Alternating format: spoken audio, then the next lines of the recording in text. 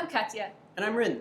And we're here at the Commonwealth Center for Holistic Herbalism in Boston, Massachusetts. And we're excited to share this replay of this week's live Herbal Q&A session with you. These live sessions are part of our Herbal Learning Program, and you can find out more about that at commonwealthherbs.com/learn. Check it out. But before we begin, we just wanted to remind you that we are not doctors. We are herbalists, and we're holistic health educators. The ideas discussed on this video do not constitute medical advice. No state or federal authority licenses herbalists in the United States, so these discussions are for educational purposes only. Everybody's body is different, so the things that we're talking about may or may not apply directly to you, but hopefully they'll give you some more information to think about and to go research more. We just want to remind you that good health is your own personal responsibility, and that the final decision when considering any course of therapy, whether it's discussed on the internet or prescribed by a physician, is actually always yours. So don't forget to subscribe, and feel free to send us any questions at info@commonwealthherbs.com, and enjoy the replay. We've been on mute the whole time. Sorry, you guys. Hello. Well, we were saying really good stuff. Oh no. It's fine. We're saying Oh no, it was good stuff. moderately good stuff, you know. Okay, we were sharing, I cannot believe we did that. We were sharing the tea that we're drinking. They knew what you were asking, though. They did know. They did. So it was Evening Primrose, orange peel, sage, calendula, goldenrod, fennel, and catnip. Wrote sage twice. You did. Yeah, only sage once. They're in roughly equal parts, but I will tell you that Evening Primrose's equal part is larger than everybody else's equal part, actually. Sometimes you want somebody to be a little more, you know. Yeah. And so Rin was saying, if you are in the Materia Medica course, the energetics course, Or the formulation or the course. formulation course, Then here's your pop quiz for the evening. are you ready? Yeah. It is, look at the herbs in that formula, and I typed them into the chat window in case you want to have them in front of your eyes again. And tell us if the herb is on balance, and assuming they're like roughly equal parts, but a little more evening primrose than the others. Is the formula going to be more moistening or drying? Is it going to be more warming or cooling? And is it going to be more tonifying or relaxant? 3 qualities. So the way you do it is you look at each of the herbs and think about what you know about that plant and sort of mentally tally it up. Oh, I got a drying one, I got a moistening one, I got a warm one, and kind of like let them all shake out a little bit and then say, okay, now that they're all together, what's going to be dominant? And it can also be really helpful to say, like, well, this one's moistening, but not really very moistening. And this one's drying, but it's really drying. And so you can kind of give them little tally marks and be like, well, this one's kind of moistening. This one's really, really, really drying.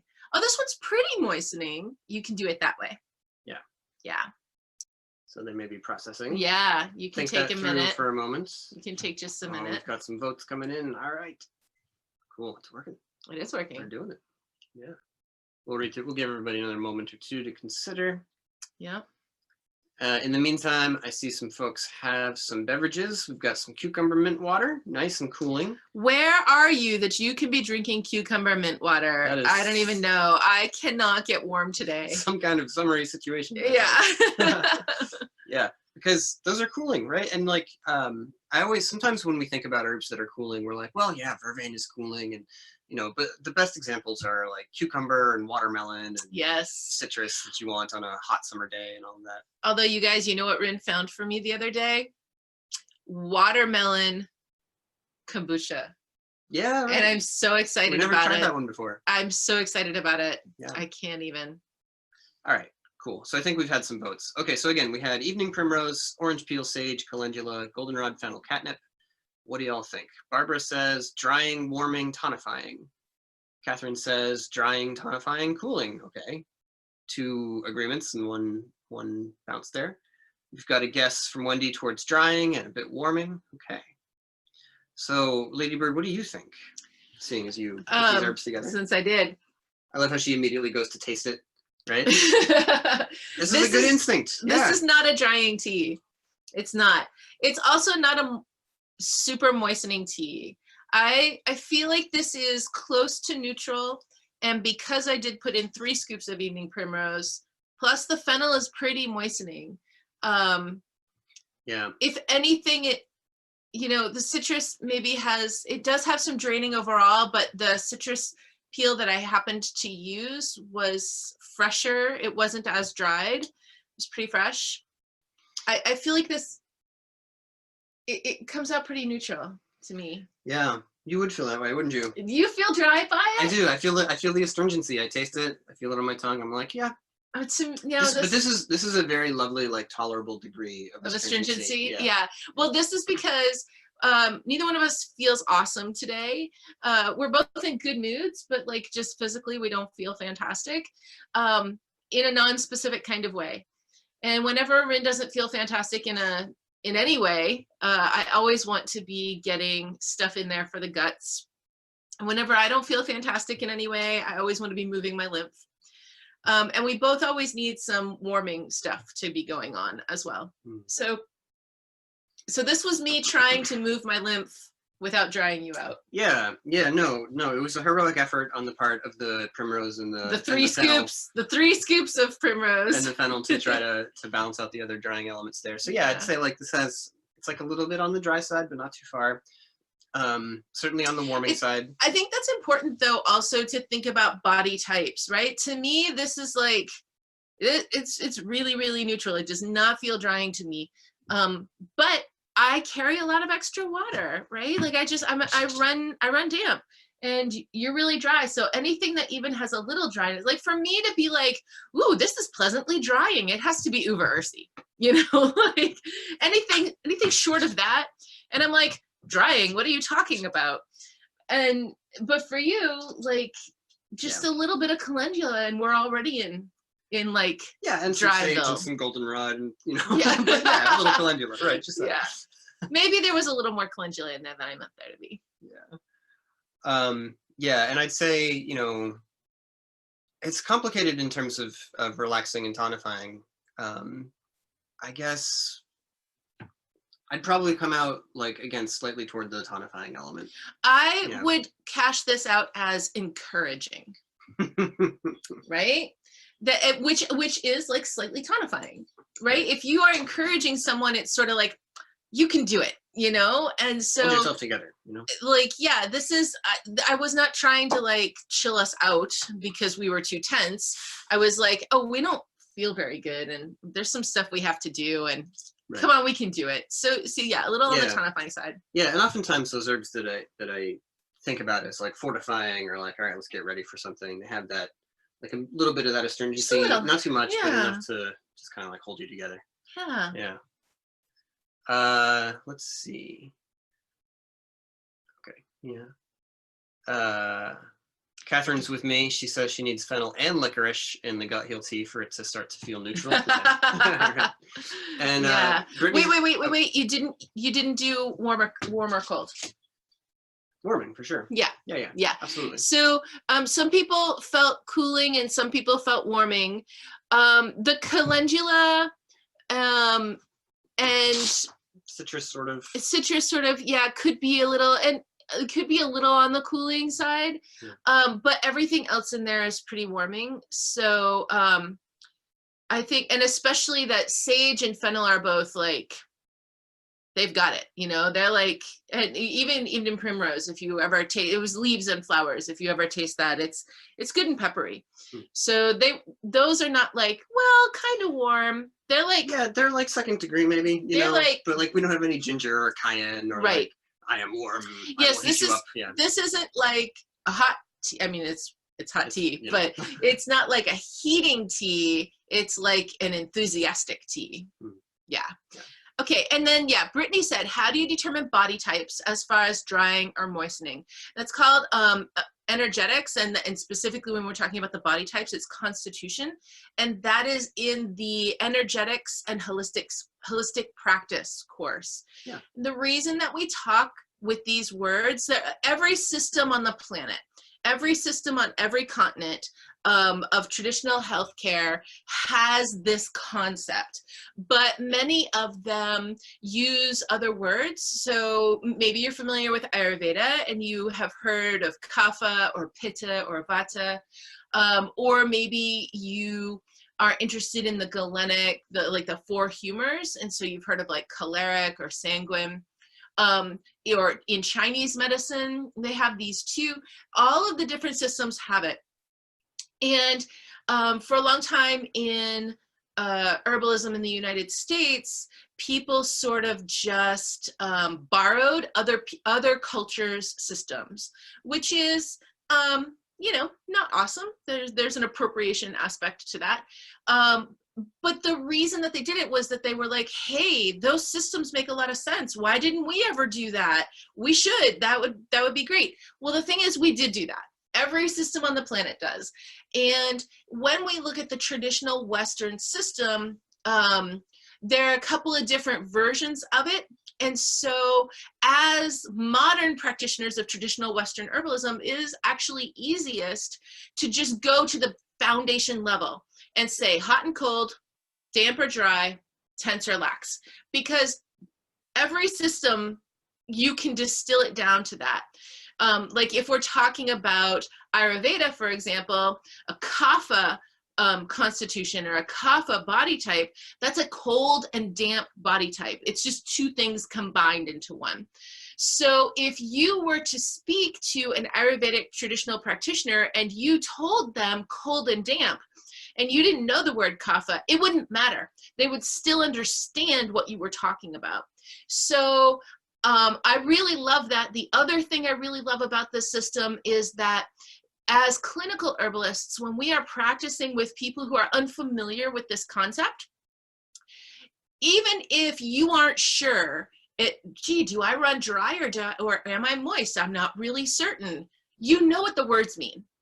And if we think about it together, you can say, well, I do put lotion on 3 times a day, and I do have really flaky skin. Maybe I'm dry. You know, like you can start to think about those things yourself. They're very accessible. And I always want to be working with language and concepts that are as accessible as possible, because I don't want people to depend on me. I don't want somebody to say, well, Katya said this is what I have to do, so I guess I better do it. I want to explain to them why I think it's a good idea so that they really understand it. And then I want them to try it and say, I tried this and I felt in my body that it resolved the problem or it improved the situation. And therefore, because I have that data, I now want to continue on this path. Right. So that is the sort of ramble around why we do things this way. And much more on that in the energetics and holistic practice. Yeah. Just briefly though, I mean, the general question is like, how do you identify yourself as being one polarity or another? And sometimes it's obvious and sometimes it isn't. So if you're like, it might be as simple as, do you put on lotion 3 times a day? You know, if you do, then maybe you're thinking, maybe I'm dry. Yeah.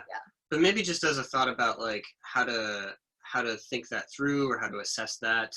You know, there are various kinds of checklists that you'll find and like, okay, here's 50 questions and it's like, how often do you have dandruff or like peeling cuticles or dry flaky skin or dry bowel movements that are like hard to pass and small and condensed and everything, and like all these different expressions of what dryness could look like in all its different manifestations, and others for the various qualities or for the different personality types even associated with those ideas like sanguine or kapha or pitta or whatever else. And that can like be a way that a lot of people love to try to sort out where they fit. And those are useful as far as they go. But you can also just sort of tune into your body and do some like body scanning or like thinking about how you work, you know? You can just look at your body, you know, like if you are a person who, when you take your socks off, there's a print on your leg of the sock, and maybe you have just a little muffin top on top of the sock, like your sock goes up and then your skin sort of puffs out a little bit around it. That's water. That's water. It doesn't have to be a whole diagnosis of edema. There's just water in that leg, right? Yeah. So, okay, well, I look at my body and I see dampness. Yeah. You know?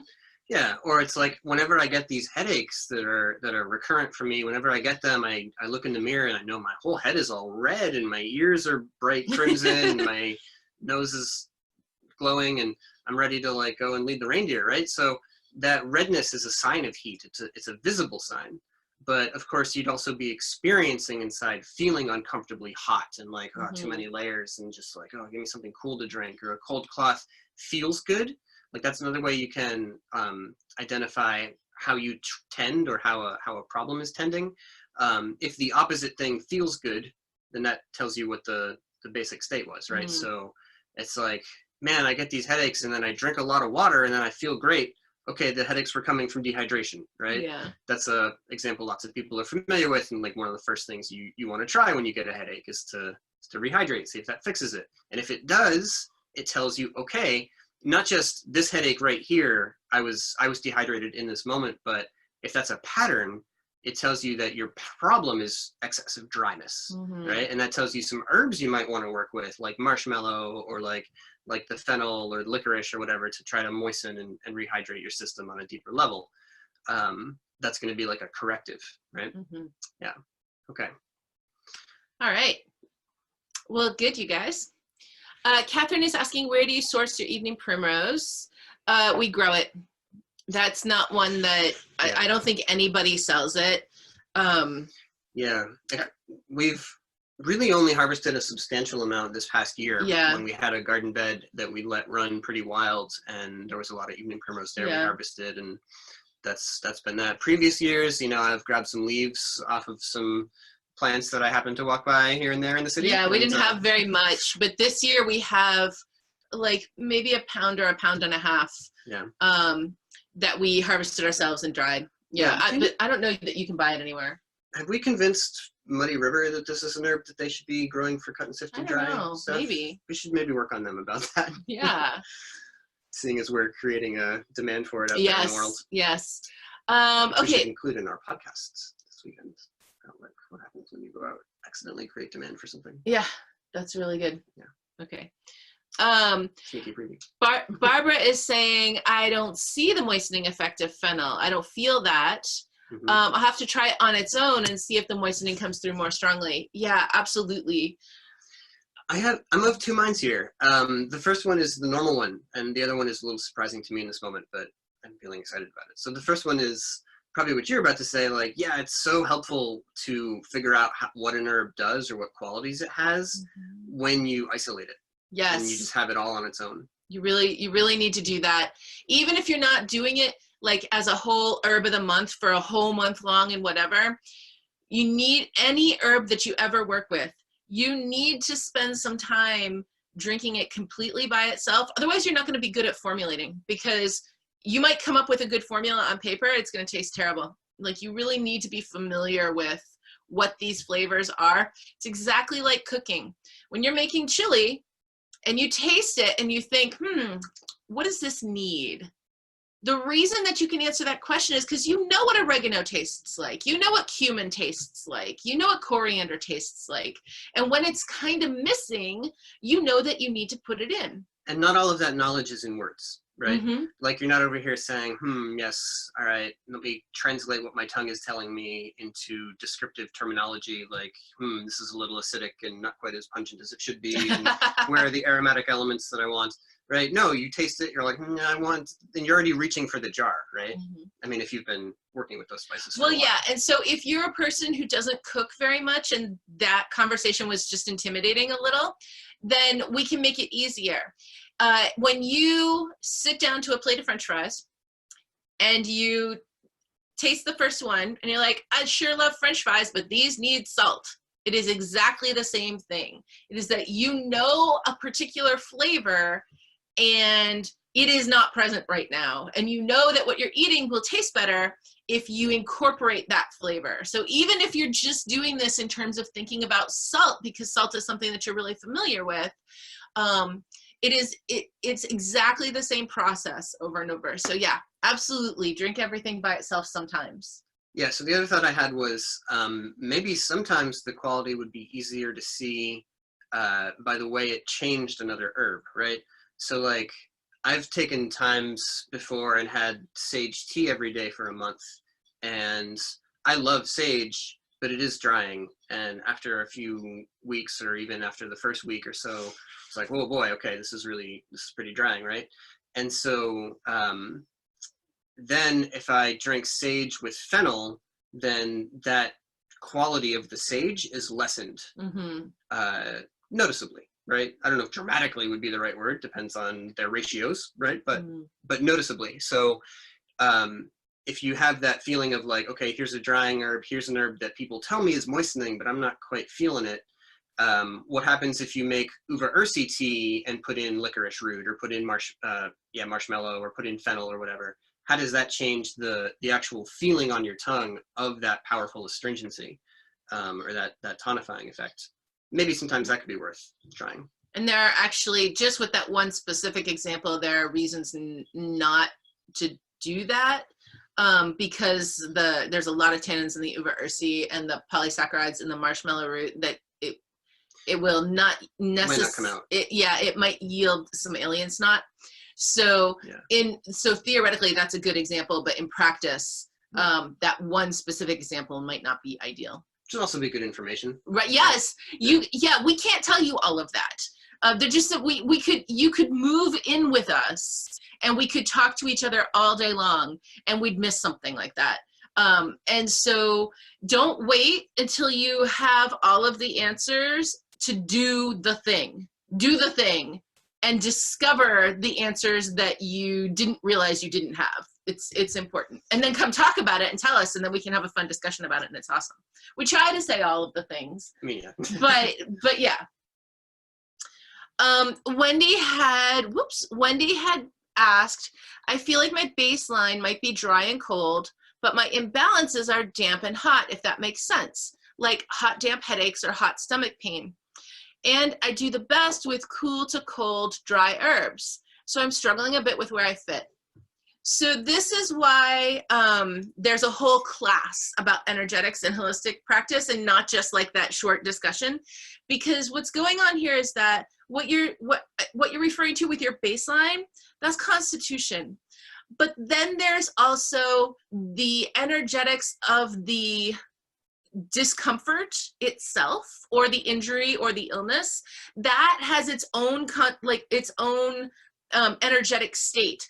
And so, for example, if Rin sprains his ankle, he's a really dry guy, but if he sprains his ankle, that location, nowhere else in his body, but just the ankle, will swell up and be really, really damp, right? So we have to start to look at, we look at the whole body, the person's kind of baseline, then we look at the thing that we're trying to work with right now, your hot headache, for example. And then we say, all right, well, this situation's really hot, so I need an herb that'll cool it down. But as a person overall, I tend to run cold, so I don't want to cool it down too much. I want to cool it down the Goldilocks amount. And all of that information tells us what kind of herb we're looking for. So then we can, instead of Googling herbs for headaches, we can say, all right, well, I need an herb that is cooling, but not too cooling, sort of medium cooling, and that also is going to have some other properties that I like maybe my headaches always have a stress component, so I want it to have a relaxing aspect. So I want it to be medium cooling and also relaxing, something like that. And then instead of having like an entire kitchen sink full of different herbs that are good for headaches, now what you have only is a much smaller number of herbs that will be appropriate for this one specific type of headache in this one specific type of body. So this is also why we think that this practice is so important, because this is what makes herbalism successful. If you just Google herbs for headache, I don't know, it might work, it might not. You might get lucky and happen to choose something off the list that's right for your body, but that's going to be a really big list. And like as not, you're going to pick something that doesn't work. And then maybe you'll say, oh, well, I guess herbs don't work. no, it just Google isn't the right way to choose an herb, so Yeah. All right. So, another thought there is that sometimes the solution to a problem of heat or of moisture stuck in one area is less to do with like straight up cooling it down and more to do with helping things to circulate, right? Less to do with cooling down heat or like drying out dampness, and more to do with circulating either heat or moisture inside of the body. And many herbs can help with that through a relaxant effect, especially if you also have a degree of tension in your body. I did see you noted that you do better on some cool or cold or drying herbs. We might take a look at whether they were on the relaxing or tonifying side too, and how they affect that aspect of things. Because if you can release tension, you can improve circulation and movement. That can take an expression that has like something, heat, cold, heat, dampness, whatever, all concentrated and disperse it, and now things are better everywhere. Yeah. Christy's adding that she says, I have edema with sock lines, but I also tend to get dehydrated as well. I'm definitely cold. So that's a really interesting thing, and it comes back to that idea of movement. You can, and I'll use two different dehydration examples here. You can be a person, for example, who has a lot of edema in the legs and also has super dry skin in the legs. What's going on is that there's just a giant traffic jam in your legs. And so there's all this stagnant fluid, which means that you can't get the fresh nourishment of the fresh fluids all the way out to the skin to hydrate it and keep it healthy, because it just can't make its way through the traffic jam of all the stagnant fluid that's sitting there.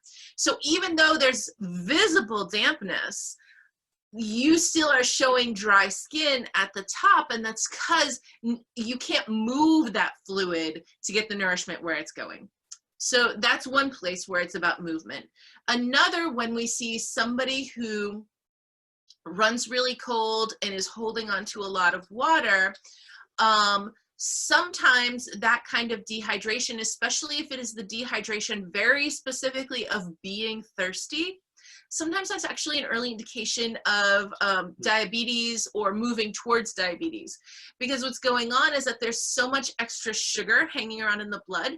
And one way that your body deals with that to keep you from getting into sort of a health danger place is that your kidneys will just start sucking out as much sugar as they can, but in order to get rid of it, you have to pee more. And so your body will create the signal for thirst, and it can even be intense thirst, so that you will drink more, so that you will pee more, so that you will dilute all the sugar. And that is like a coping mechanism that the body does, and does for a very long time. So you could be in a diabetic range or a pre-diabetic range for quite some time before you got diagnosed. And this could be an early signal, but even if we never diagnose this person, because we're not doctors, not what we're doing here, right? We are not doctors, and we don't practice medicine, but we also don't need to, because what we would see in that person is, hey, you have a lot of water and you're still thirsty. What's going on here is the water is all sitting in one place. It's not getting where it's going. And so your body is saying, but I need fluids. And even without any kind of diagnostic tools, we're already seeing that there needs to be movement and action that way. Right. And like visible action, visible flow, things, herbs that even help you to pee more, right? So if you look at traditional medicine approaches to this around the world in different places, you find people identifying sour berries in a lot of cases, or herbs that sort of behave like the sour berries do, where they stimulate that draining. They have that draining quality we identify, where they help to disperse stagnant fluids and get them out of you. And so you look at something like Schisandra berry, traditional in China for diseases of sugar in the blood, or today we call it diabetes, for a very, very long time, long before we had laboratory evidence that it would improve your blood sugar regulation or reduce your glucose number or whatever. And now we have those, and that's cool and it's exciting. But you can see that there was already a clarity or an awareness that this herb would help based on things that you can see, that you can observe directly. You know, another big category of herbs that are traditional in things that we would now refer to as diabetes are astringents, like bilberry leaf and dandelion. So again, like getting that stuff moving. And just to sort of cap this back off again, not doctors. And if you do have diabetes, don't stop working with insulin. Like obviously, that is a much more effective way to deal with this. But herbs can help. It right? can be part of this complete protocol. Yeah. And that's something that we've gone through with clients before, you know, but it's maybe worth saying a moment, like the process is cautious and we move step by step, right?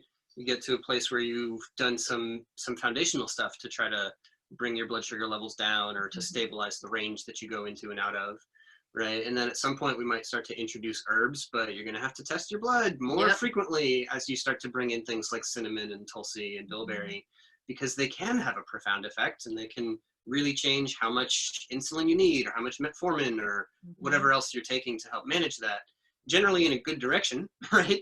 Where you don't need as much pharmaceutical help, but you still need to proceed cautiously. So right, and with your doctor knowing about it. Yeah. But just like how if you are taking insulin, the choices you make about what you eat impact how much insulin you're going to need. Like if you eat fish versus if you eat cake, that's going to change your insulin requirement for that period of time. We can have those types of impacts, but sort of in a more sustainable kind of way by working with herbs too. And so making choices about what herbs you incorporate in your life also impacts how much insulin your body will require, and then you will need to do that. So this is where this is a very complementary approach to make it more sustainable. Yeah. Nice. Yeah. Okay, cool. Good. Nikki had a comment. Yeah, maybe. Nikki was up here. There we go. Oh yeah, Nikki was commenting, we've been working with sage and mugwort. I tried to throw in a smidge of licorice, but the husband wasn't into it. He's moist already and is not a fan of licorice or fennel. Yeah, maybe that's another way to identify the qualities of an herb that you're not sure of. If you have a friend and you know they're really in one quality and they just nope, that's too much, maybe that would help. Yeah. Then use every tool you got, start to suspect it. Yeah, Absolutely. That's cool. We got that one. Wendy says, learning energetics is helpful. I'm getting now why my stomach couldn't put up with tulsi before. It's now mixing it with some cooler herbs, and that's making it better for me to take it. Nice. Cool. All right. Well, it's now 36 minutes into our hour, and we haven't yet said, hi, everybody. Welcome to Q&A. If you're new here, then you're welcome to type your questions into the chat window, which you've probably seen, blinking at you already with the chats folks have been putting in there. You can type questions into there. You can also go ahead and unmute yourself when we have a pause and speak your question aloud. And we would be happy to answer that. Yeah, we like to hear your voice too. And whatever way makes you most comfortable is totally great. And also at the end of the last Q&A, we sort of there were a few. Yeah, there was sort of a marathon of questions. And at the end, there were 3 or 4 of them that got left out. And all of y'all graciously agreed to just ask them again today. So feel free to do that as well. Okay, so Nikki, yeah, that can be good here. So Nikki is, she's completed the community herbalist course and she's going to be moving into clinical herbalist. And earlier this week sent a question about working on some herbs for her father-in-law, but there were some pharmaceuticals involved. And she wanted to check with me about herb-drug interactions. And when we get to clinical herbalist, then we start doing a lot of work on drug-herb interactions. And we start learning how to research, okay, well, what do these drugs do? And even if I can't find any information about this herb plus that drug, let me think about what these drugs do. Let me educate myself about that. And then let me think about what these herbs do. And even though I found no information about drug interactions, I can just think through, will any of those actions likely collide? For example, here's a pharmaceutical that will sedate nervous system function and help a person to sleep. Oh, here's an herb that will do that as well. Maybe I shouldn't put those together because maybe it would be too much. So it is like obviously one of the first things that we do is we check the Botanical Safety you can grab it, the Botanical Safety Handbook, which is one of our favorite books for herb-drug interactions, but not everything is in a book yet. So after we check it there and we say, oh, look, this is safe, after we do a little more research and we say, so far it looks good, then we try to logic it out and say, as a double check, can I think of any reason that I wouldn't want to put these things together? So that is the background information. And Nikki went off and did some research about those. So yes, Nikki, why don't you go ahead and talk about it? And you can unmute or type, whichever makes you happy. Okay, I'll try unmuting. Yeah. And we'll see how that goes. Okay. All right. So I found that a calcium channel blocker, which is what my father-in-law is on, don't think it really matters which one, it disrupts the movement of calcium through the calcium channels. They work by slowing movement of calcium into the cells of the heart and blood vessel walls, which make it easier for the heart to pump and widen the blood vessels.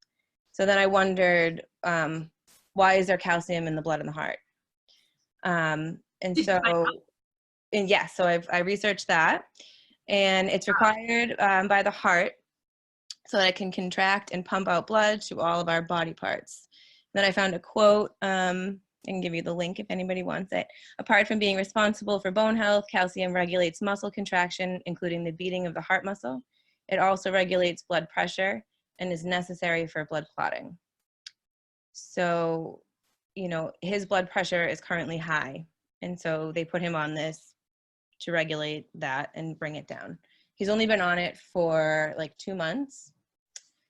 He just had his 6-week checkup and things are good, and he'll have another one in another 6 weeks, but I know he doesn't want to stay on it forever.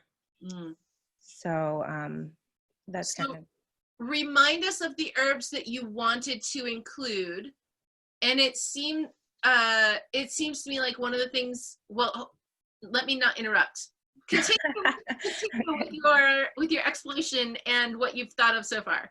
Okay. So I wanted to do, he's not, he drinks black tea and that's it. He'll drink water from time to time, but pretty much black tea is all he drinks. Wow. I don't think that I can really foresee him, you know, drinking a quart of tea a day. So I'm thinking tincture would probably be a better route. And the two that I have and that I think would be beneficial for him were yarrow and reishi. I chose yarrow because it has an affinity for blood pressure regulation, either too much or too little, and sort of figuring that out. So I thought that might be a nice addition there. What else was I thinking? The reishi, I had that in my mind because it improves that nervous function of the heart. So I wanted to help improve his nervous tissue. It helps lower blood pressure. And so that's kind of where my thoughts were at. I'm kind of all over the place. I'm sorry. No, this is good. You're doing really good. Yeah, no problem. Okay. So that's kind of my thoughts, you know, right off the bat. And then I thought it might be nice if I could possibly get him to do some linden at night. I don't know if he would or wouldn't, but just for that moistening quality, the tinctures might be a little drying. So I'm hoping, you know, maybe that I could do that and support the heart from that hug in a mug, sort of erratic, crazy high blood pressure. There's some stress going on in his life right now. Yeah. Sort of supporting that emotional self as well. Yeah. I'm curious, you sort of said offhandedly that he drinks black tea all day. Is this for real? Because this could be a major contributor to the tension pattern and the agitation pattern. Between the drying effect and the caffeine. Yeah, I mean, I'd say probably about 3 cups of tea a day. I just mean he doesn't drink anything besides black tea. Okay. Um, So we're not talking like, because there's people out there Oh, drinking liters of tea. I a day, literally you know, had a client who drank 1.5 gallons of black tea a day. right. wow. So we're not talking about that right now. No, it's not. I wouldn't say it's that much. No, but I mean, my in-laws love tea, but no. Maybe not drinking enough overall. Right? Yeah. Yeah. Yeah. Okay. All right. I want to work, if it's okay with you, I want to work backwards. Go ahead.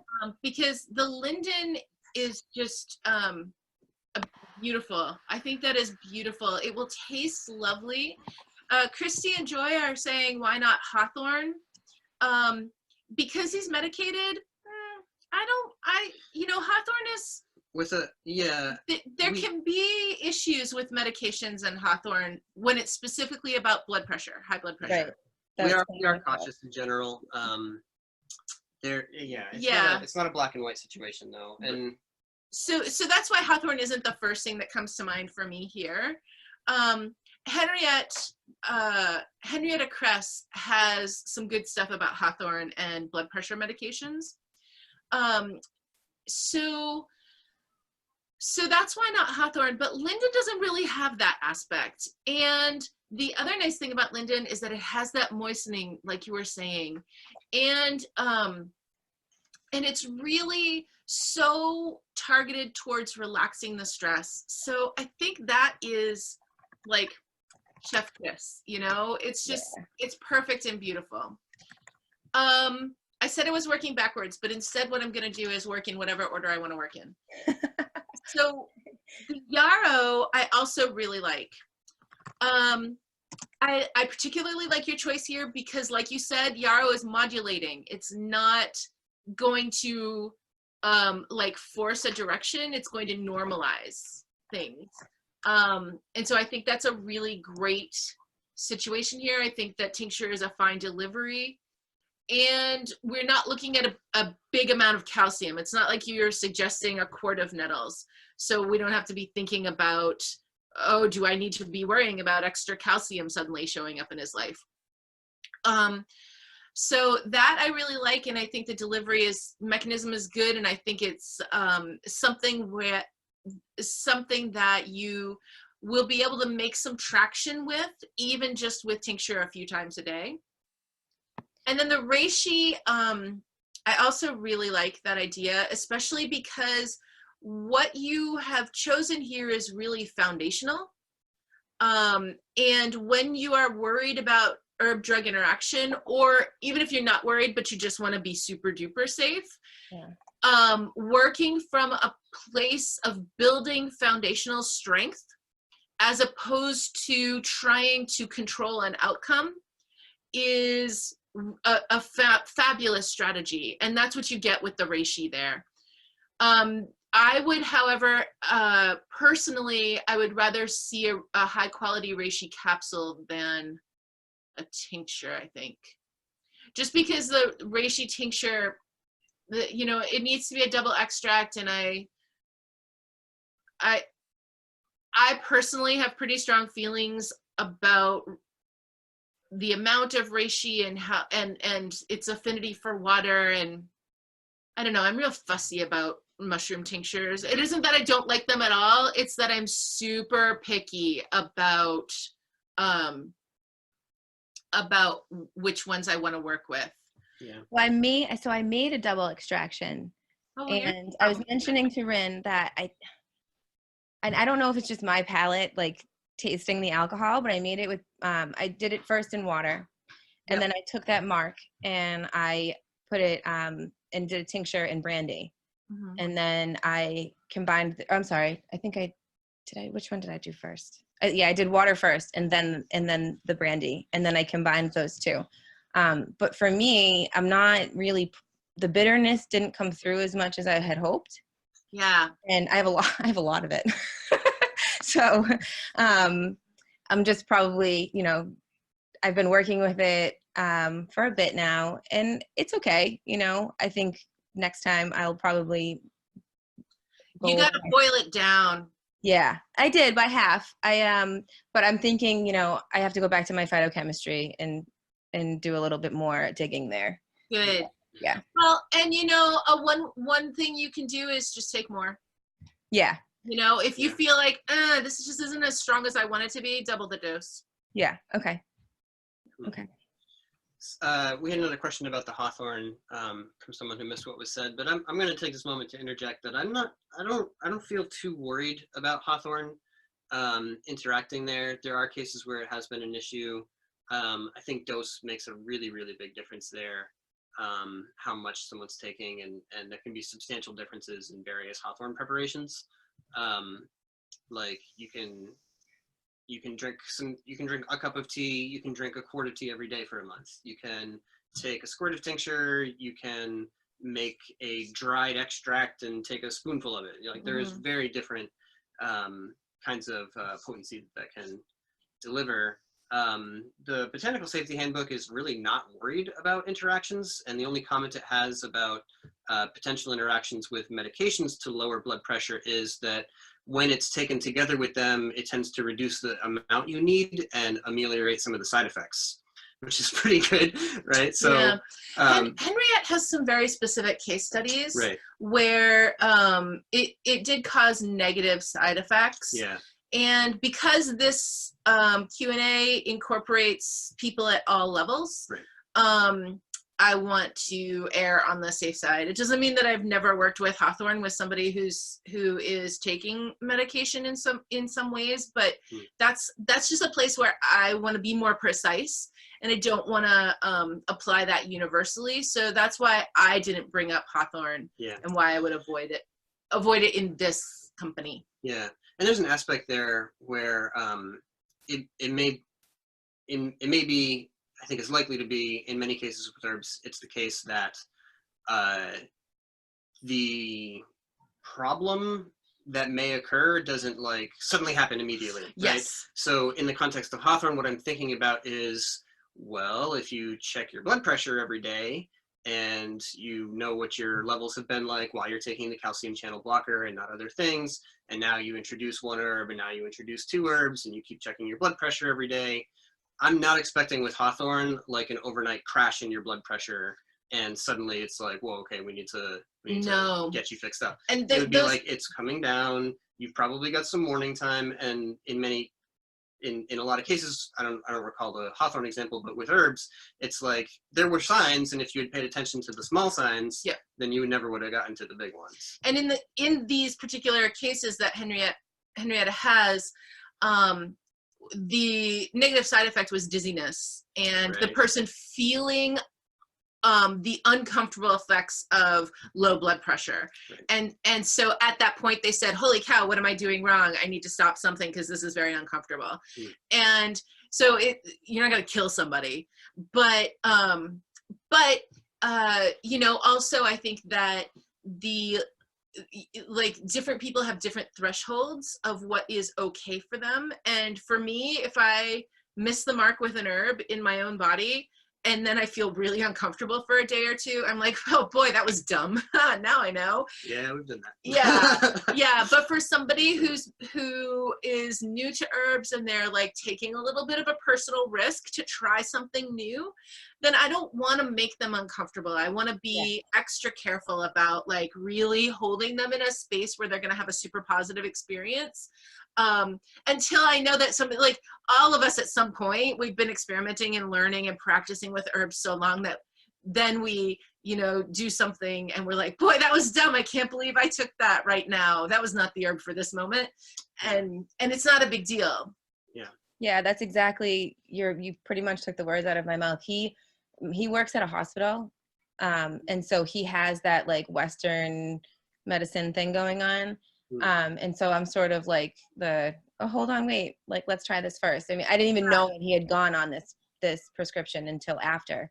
So I think I'm being cautious here because I really want to bring him to this side, and I want him to feel safe and comfortable using herbs and know that, I would never do something or offer something to him that could possibly.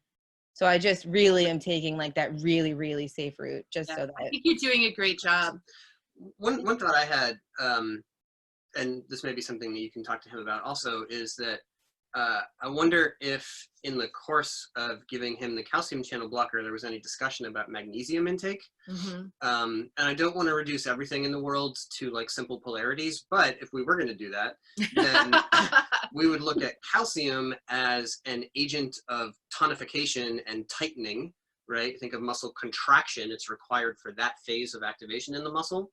And magnesium as an agent of relaxation, because it's required for you to release tension in your muscles. Mm. And so where we have a case where it's like, wow, there's a lot of excess calcium related activity in your body, you can solve that by blocking the calcium from moving through those channels, but maybe we could also reduce that excess presentation by providing some magnesium up to a commensurate level, and now we've got countervailing forces going on.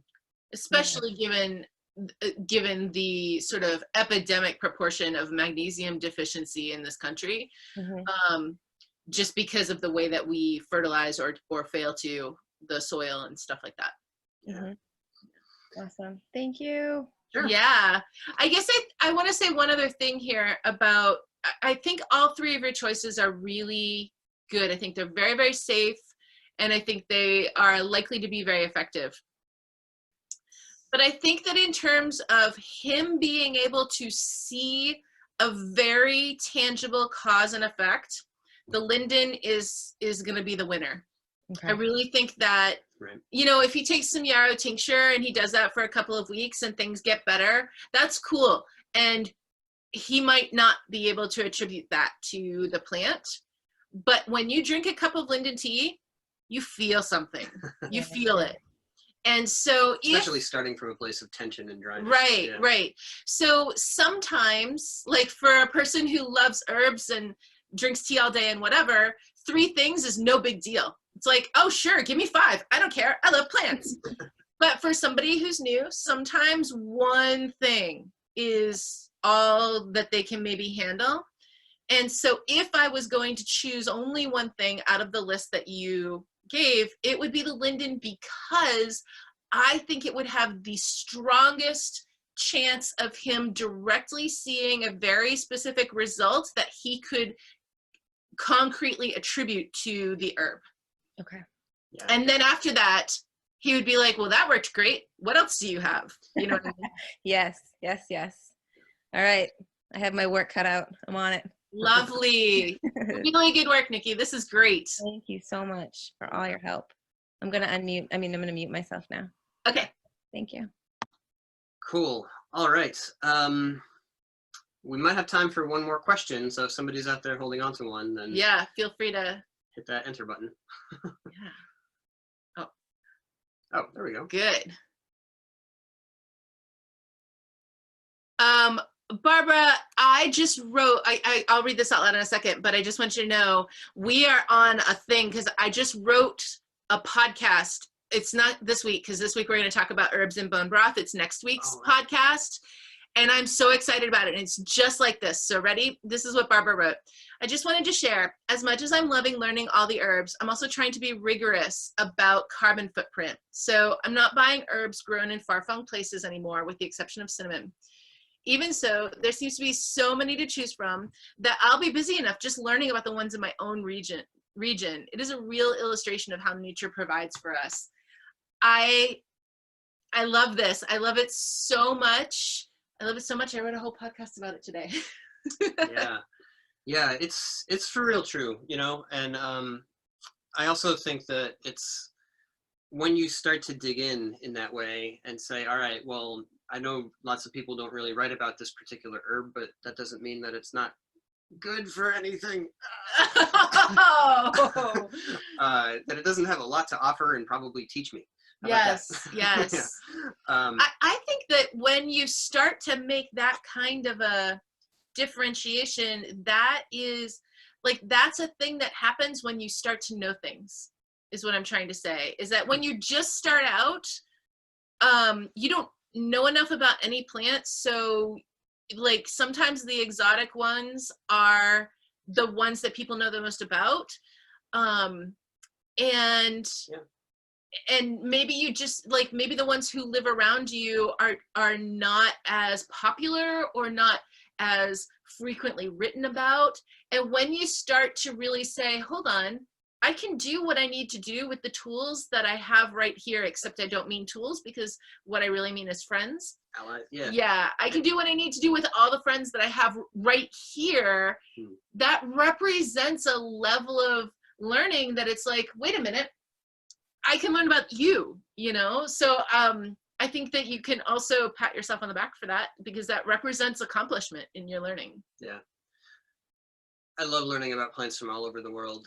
It's exciting. Yeah. I love, like, I mean, I like to travel. I like to visit places. I like to see plants I've never heard of. I like to talk to herbalists from different parts of the country or different parts of the world and be like, you have a flower that does what?